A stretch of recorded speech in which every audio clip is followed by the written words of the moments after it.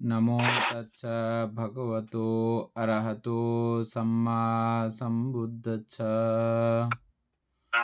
জগৎপিতৃ মহাকারুণিক তথাগত সম্যক সম্বুদ্ধ শ্রীচরণে কৃতজ্ঞ প্রণাম নিবেদন করে প্রকপারমিতে অংশগ্রহণকারী সকল উপাসক উপাসিকাগণের নিরোগ দীর্ঘায়ু সুখী জীবন তথা জ্ঞান বিমণ্ডিত জীবন কামনায় শুরু করতে চলেছি আজকের মহাপরিনির্বাণ সূত্র আলোচনা ক্লাস।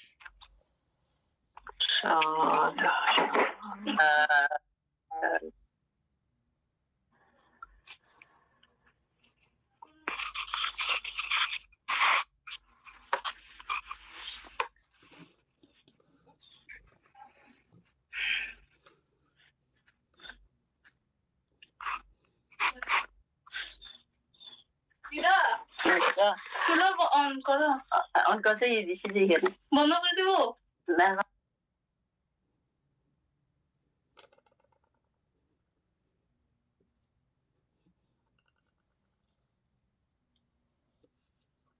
উপাসক, আমাদের উপেক্ষা সম্বুদ্ধাঙ্গ বাকি ছিল আরো না।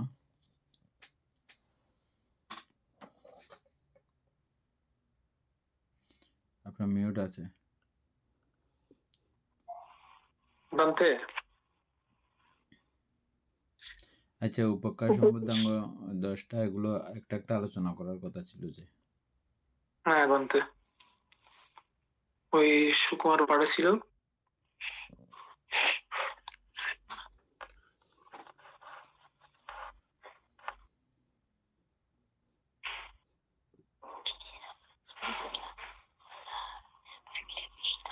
উপেক্ষা সম্বুদ্ধাঙ্গ আচরণ করতে হলে আগে উপেক্ষা ভালো করে চেনা দরকার। সেজন্য আমরা সবিস্তারে চেনার জন্য, জানার জন্য উপেক্ষা 10 প্রকারের আছে। 10 প্রকারের মধ্যে কোন কোন প্রকার আমরা বুদ্ধির অঙ্গ হিসেবে কাজে লাগাবো, নাকি সবগুলোই থাকতেছে এটা দেখার জন্য না। ঠিক আছে, তাহলে ইয়ে করেন, আরম্ভ করেন।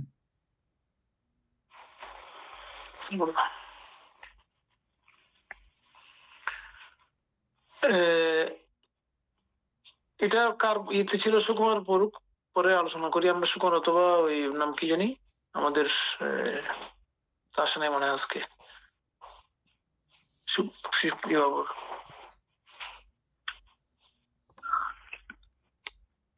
বান্তে আমি যেগুলা পাঠাইছি, যেগুলো এবং লিখে পাঠাইছি 10টা, এগুলো আবার বিস্তারিত পাইছি আর কি। ইউটিউব এগুলো পাঠাইছিলাম আর কি। ওই একদম যেভাবে লিখছি সেগুলো এভাবে পাইছিলাম আর কি বান্তে। ঠিক আছে, প্রথমটা বলেন। বন্দনা বানতে। প্রথমটা হচ্ছে যে সরঙ্গ উপাক্কা, অর্থাৎ 6টি ইন্দ্রিয় তার দিয়ে মানাতে যে উৎপন্ন হয় আর কি। অর্থাৎ চোখ, কান, নাক, জিহ্বা, শরীর, মন মাধ্যমে প্রাপ্ত বস্তুর প্রতি নিরপেক্ষতা, অর্থাৎ কোন প্রিয় বা অপ্রিয় বিষয়ে বিচলিত না হওয়া। এটা হচ্ছে যে সর্বাপেক্ষা 1 নাম্বার। এটা শেষ, এর দূরে আলোচনা শেষ এটা। হ্যাঁ, এখানে এতটুকুই লিখছে যে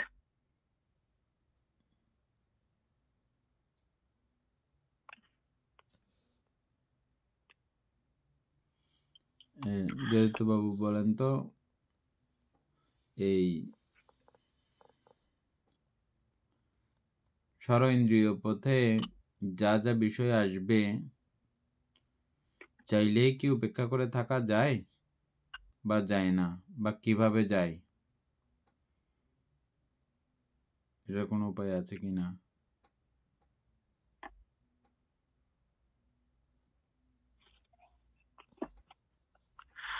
বানতে আসলে এগুলো তো আমরা এখনো পর্যন্ত যে উপেক্ষার মধ্যে আছি, ওই উপেক্ষা তো আসলে বোঝা কষ্টকর। যদি আমরা গভীরে প্রবেশ করি তাহলে হয়তো যেটা উপেক্ষিত করার বিষয় ওটাকে উপেক্ষা করা যাবে। আর আমরা এমনি সচরাচর যেগুলো উপেক্ষা করি সেই উপেক্ষা দ্বারা আমাদেরকে সামনে প্রবেশ করতে হবে। তো এই আর কি বলতো এখন কিছু কিছু বিষয় আছে যেগুলা হয়তো উপেক্ষিত করা যায়, আর সবগুলো সম্পর্কে বলতে আমি বলতে পারবো না।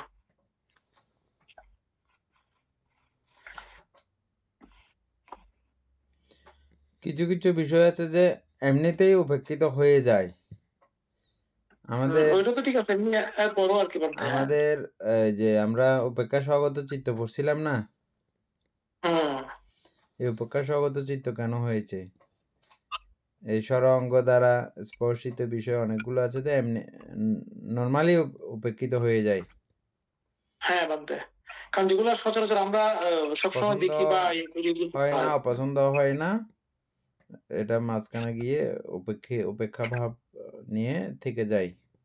উপেক্ষা স্বগত চিত্ত হুম, যেগুলো হয়ে যাচ্ছে। আর একটা হচ্ছে যে আমরা এর খারাপ সাইড দেখে, আদিনব দেখে এই বিষয়গুলোকে আমরা উপেক্ষা করি। হুম, প্রাথমিকভাবে অকুশল কাজ যেগুলো আছে, অকুশলের কুফলতা দেখে শাস্তি বিবেচনা করে এই সরঙ্গের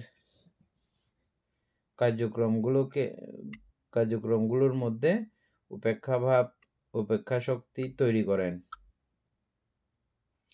সাধক যখন আরো চিত্ত শক্তিশালী করেন এবং শক্তির চরম পর্যায়ে যান, তখন তিনি এই কুশল রাশিতেও এভাবে উপেক্ষা উৎপন্ন করেন। কেন? কুশল রাশিতে দুঃখ দর্শন করার পরে কুশল রাশিকেও দুঃখ হিসেবে চিহ্নিত করার পরে তিনি কুশল রাশিও উপেক্ষা করেন। এটা কুশলের বা কাজের দুঃখতা পরিণামধর্মিতা দর্শন করার মাধ্যমে এই সরঙ্গের উপেক্ষা তৈরি করেন। একদম নর্মাল থেকে হাই পর্যন্ত বলা হলো না, 3 ধাপে। ঠিক আছে তো। ওইটাই বলতে, এখন আমরা গভীরে যেতে হলে আমাদের ওই যে আপনি যেটা বলছেন, চিত্তকে আমাদের শক্তিশালী থেকে শক্তিশালীতে উপনীত করতে হবে। তখন আমরা যতই আমাদের চিত্ত শক্তিশালী হবে, চিত্তে দৃঢ়তা বেড়ে যাবে, ততই আমরা এগুলো মানতে উপেক্ষা কোন যেটা উপেক্ষিত বিষয় সেটা উপেক্ষা করতে পারবো। মাঝখানে একটা মিস হয়ে গেছে। এবং এই সরঙ্গের ঘটিত বিষয়গুলোর প্রতি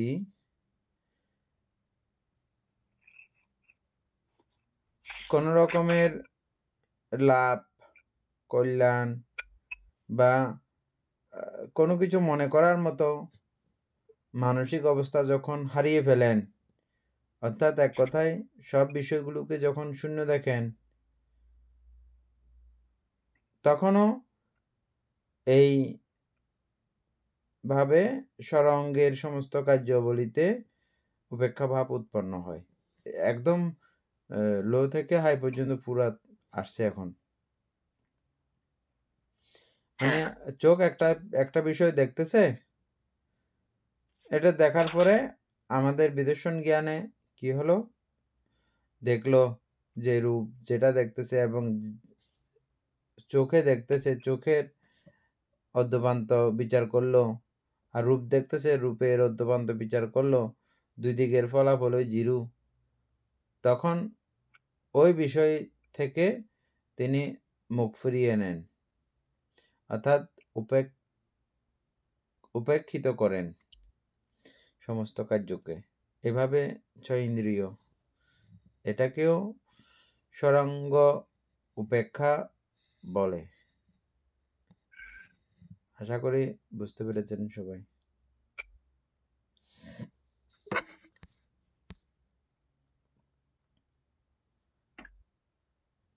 সুকুমার বাবু তারপরে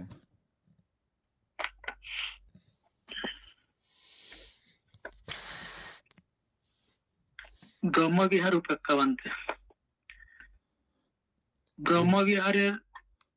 ব্রহ্মবিহারের 4টি মহৎ গুণের মধ্যে শেষ গুণ হিসেবে উপেক্ষা বা সমতা, মৈত্রী মানে তো ভালোবাসা, করুণা মানে তো দয়া, মুদিতা পরে সুখে আনন্দ ও নিরপেক্ষতা বজায় রাখা।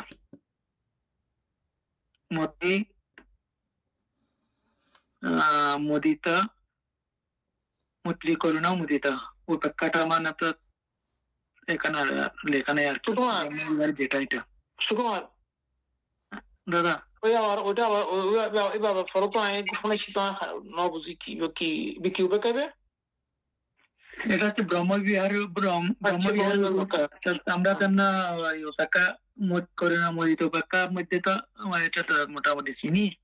তো এখানে বলা হচ্ছে যে ব্রহ্মবিহারের 4টি মহৎ গুণের মধ্যে শেষ গুণ হিসেবে উপেক্ষা। 4টি মহৎ গুণের মধ্যে শেষ গুণের হিসেবে উপেক্ষা, তাইলে বা সমতা। মৈত্রী মানে ভালোবাসা, করুণা মানে দয়া ও মুদিতা পরের সুখে আনন্দ, পর নিরপেক্ষতা বজায় রাখা। এতটুকুর মধ্যে মানতে লিখছে আর কি ব্রহ্মবিহারের উপেক্ষাটা। উপাসক বলেন তো।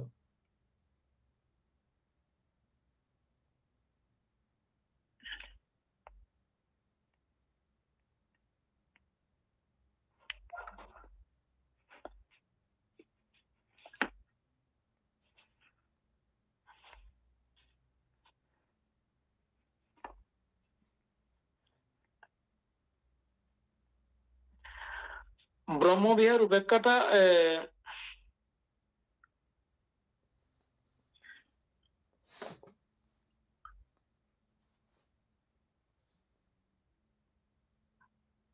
ওইখানে শেষটা বলা হচ্ছে উপেক্ষা না ওই ব্রহ্মবিহারের মধ্যে। এমনি ব্রহ্মবিহারের উপেক্ষাটা 4টা আর কি, অর্থাৎ শেষটাই মানে তো যে প্রাধান্য দিয়েছে বেশি, এখানে শেষটার মধ্যে বেশি প্রাধান্য দিয়েছে। ও আচ্ছা, ওই যেহেতু আমরা উপেক্ষা 10 প্রকার উপেক্ষার মধ্যে আছি সে কারণে এটা প্রাধান্য দিচ্ছি নাকি।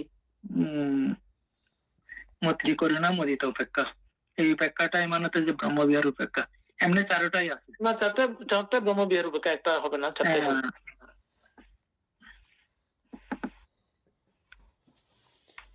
আমরা ব্রহ্মবিহার জানি যে 4টা। হ্যাঁ, প্রথম হচ্ছে যে মৈত্রী কিন্তু উপেক্ষা না।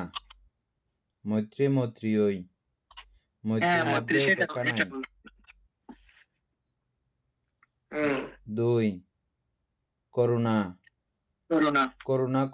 করুণার সময় উপেক্ষা থাকে না।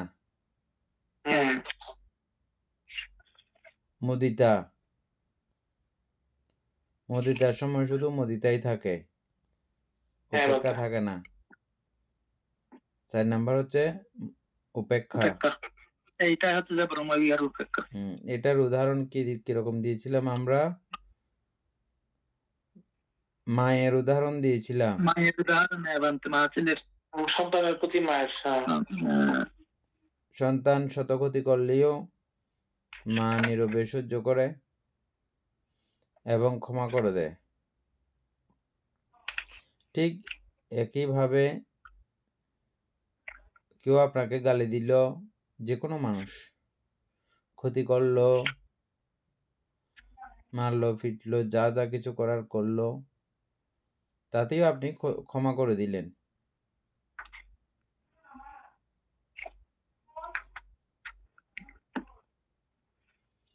এভাবে সকল প্রাণীকে ক্ষমা করতে পারার নাম প্রাণীভিত্তিক, মানুষভিত্তিক বা প্রাণীভিত্তিকই বলতে পারেন। প্রত্যেকটা প্রাণীর প্রতি এভাবে ক্ষমা তথা সকল বিষয়ের জন্য উপেক্ষাভাব তৈরি করা। অপমান অপদস্থতা যা কিছু করুক না কেন সবকিছুর জন্য উপেক্ষা দৃষ্টি উৎপন্ন করা হচ্ছে যে এই ব্রহ্মবিহারের উপেক্ষা। তবে এটা মানে প্রাণীকুল সংশ্লিষ্ট।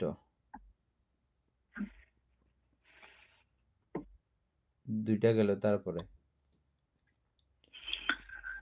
এইটা এই উপেক্ষাটা এই বুজ্জাঙ্গের উপেক্ষা বুজ্জাঙ্গের সঙ্গে কাজে লাগবে কিনা, লাগবে মানতে, আর প্রথম যেটা আমরা উপেক্ষা বলছি এটা লাগবে কিনা?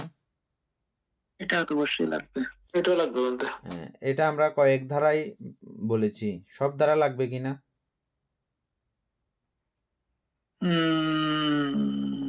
বলতে সব দ্বারা না লাগলে তো উপরের দিকে যাওয়া যাবে না। হ্যাঁ, এটা প্রাথমিক ধারা। প্রথমটা প্রথম থেকে শুরু করতে হবে। হ্যাঁ, প্রাথমিক ধারা থেকে প্রাথমিক ব্যাপারটা শুরু করতে হবে, না হলে হবে না। তো এই বানতে এখানে আচ্ছা, এদিক দিয়ে ঠিক আছে, যদি সপ্তাহ পর্যন্ত যে দিয়ে চিন্তা করি তখন ওই ওইভাবে কি আর ওইভাবে কি আর লাগবে, ওইভাবে কি আর আসবে? কোন ভাবে? এর মানে কুশলের আরগুলো দিক বাদ দিয়ে দেন, ওখানে তো সব, আরগুলো ওখানে বাদ তো দেন। এই সবসময় দুইটা তো কুশলের। আমরা আলোচনা করছি, দুইটা হ্যাঁ সপ্তবুদ্ধাঙ্গের উপেক্ষা বা হ্যাঁ বুদ্ধির অঙ্গ উপেক্ষা, বুদ্ধি পাওয়ার জন্য এই দুটোটার ব্যবহার লাগবে কিনা, অবশ্যই লাগবে। তা এই দুইটার কথা আপাতত থাক, তারপরে 3 নম্বরে যান। আচ্ছা, বুধাঙ্গ উপেক্ষা অর্থাৎ বুধির অঙ্গ উপেক্ষা আর কি বানতে, এটা সপ্ত বুধি অঙ্গের অর্থাৎ জ্ঞান লাভের 7টি উপাদান মধ্যে শেষ উপাদান হিসেবে উপেক্ষা। এটি হলো স্থিতি, ধর্মবিচয়, বীর্য, প্রীতি, প্রশুদ্ধি ও সমাধি ও উপেক্ষা সমন্বয়, এটা বুধাঙ্গ উপেক্ষা। বলেন উপাসক, বলেন এটা থেকে বুঝছেন।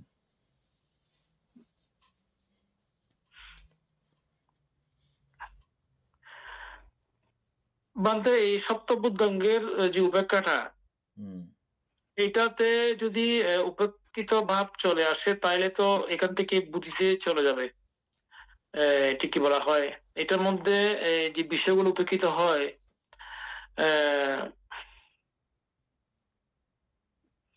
সেগুলা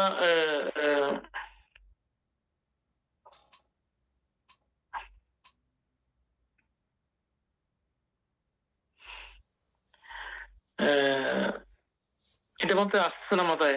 এটা এটা একটা ছাড়া একটা হবে না বানতে আর কি, সব এর আগে আর কি, এটা কি বলে এই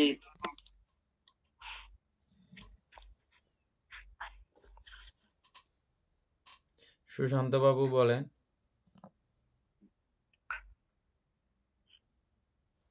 বলতে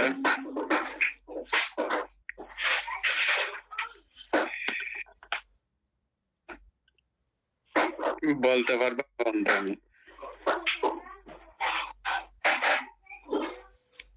রিঙ্কু বড়ুয়া বলতে পারবেন, তারপরে আমাদের সুপ্রিয় বাবু বলতে পারবেন, বলেন।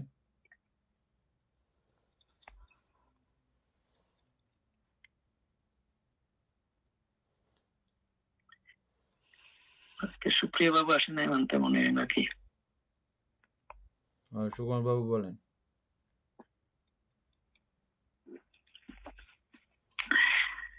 মানে এই বুধাঙ্গ উপেক্ষাটা মানতে অর্থাৎ এটা তো বুদ্ধির অঙ্গ, এটা ছাড়া তো এগুলো ছাড়া তো মানে অর্থাৎ বুদ্ধি জ্ঞান লাভ করা সম্ভব না, মানে কোনোটা বাদ দেওয়া যাবে না এখানে আর কি।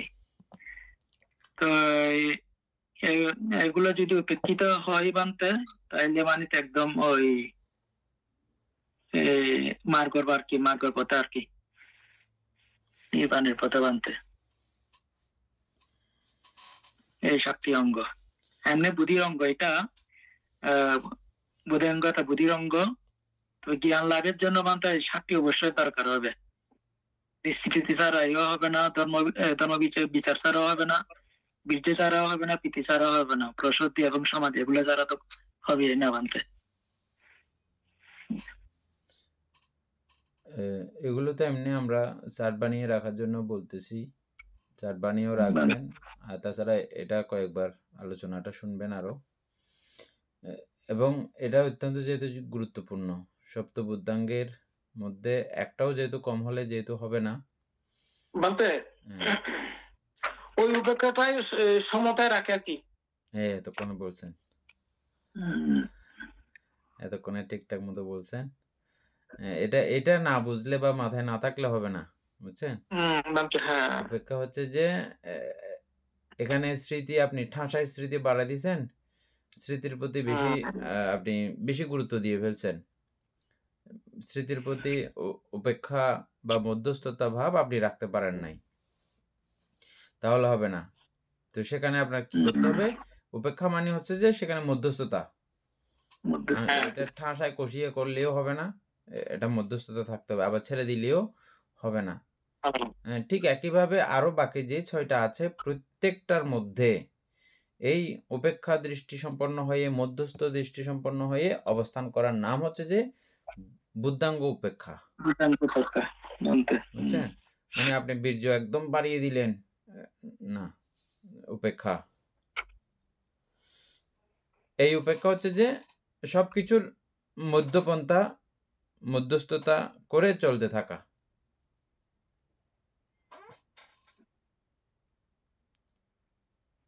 সুকন বাবু লিখে রাখেন, যত্ন করে। সুশান্ত বাবু এটা লিখে রাখেন যত্ন করে, উপেক্ষা অত্যন্ত গুরুত্বপূর্ণ। আমরা মনে করি যে বাহ খুব শ্রদ্ধাবান, এই মানে ওটার মধ্যেও এই উপেক্ষা যুক্ত করতে হবে। উপেক্ষা বলতে কি একদম এটা ইয়া না, ওই শ্রদ্ধা করতে গিয়ে আপনি বাকি সবগুলো ভুলে গেলেন, ওরকম না। এটার মধ্যেও মধ্যস্থতা। কমে গেলেও হবে না, এটা কমে গেলেও হবে না, আবার শ্রদ্ধার ফলে মানে কি কি রকম উদাহরণ দেবে একটা, যেমন আপনারা আমাদের আগে বিপাশনা কোর্স হতো, বিপাশনা কোর্সের মধ্যে বুদ্ধ রুমকে পর্দা লাগিয়ে দিত আমাদের